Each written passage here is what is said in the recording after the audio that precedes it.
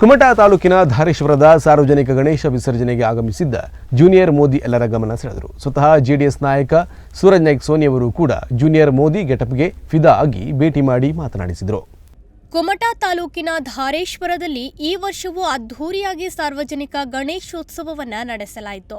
ಮಂಗಳವಾರ ಸಾರ್ವಜನಿಕ ಗಣೇಶನನ್ನ ಅದ್ದೂರಿ ಮೆರವಣಿಗೆಯ ಮೂಲಕ ವಿಸರ್ಜನೆ ಮಾಡಲಾಯಿತು. ಗಣೇಶನ ವಿಸರ್ಜನೆ ಮೆರವಣಿಗೆಯಲ್ಲಿ ಜೂನಿಯರ್ ಮೋದಿ ಕಾಣಿಸಿಕೊಂಡಿದ್ದು ವಿಶೇಷವಾಗಿತ್ತು.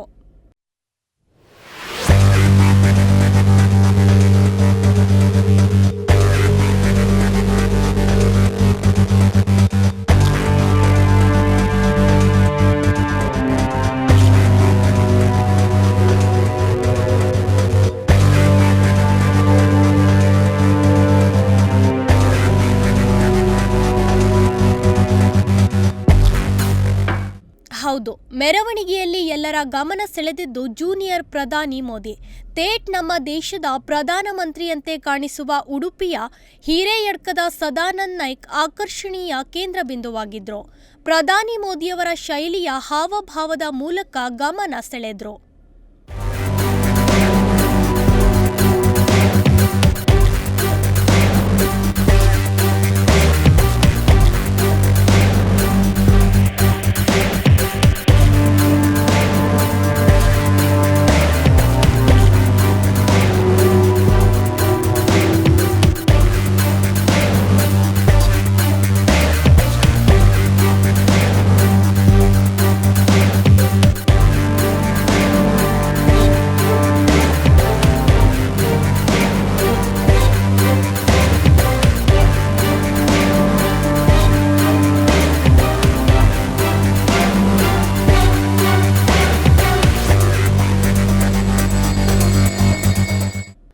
ಪ್ರಧಾನಿ ಮೋದಿಯವರಂತೆ ಇವರಿಗೂ ಕೂಡ ಸೆಕ್ಯುರಿಟಿ ನೀಡಲಾಗಿತ್ತು.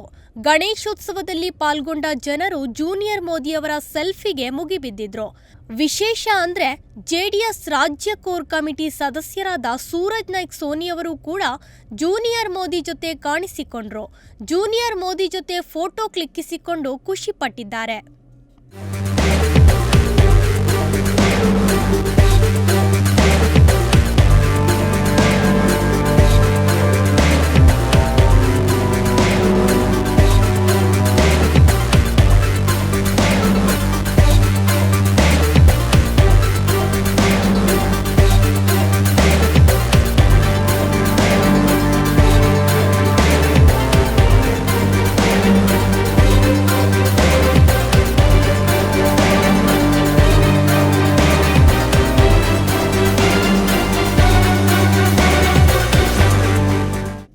ಒಟ್ನಲ್ಲಿ ಧಾರೇಶ್ವರದ ಸಾರ್ವಜನಿಕ ಗಣೇಶೋತ್ಸವದಲ್ಲಿ ಜೂನಿಯರ್ ಮೋದಿ ಕಾಣಿಸಿಕೊಂಡಿದ್ದು ಗಣೇಶ ವಿಸರ್ಜನೆಗೆ ಮೆರುಗು ನೀಡಿತ್ತು ಅನ್ನೋದ್ರಲ್ಲಿ ಅನುಮಾನವೇ ಇರಲಿಲ್ಲ. Nudisiri news desk Honnavar.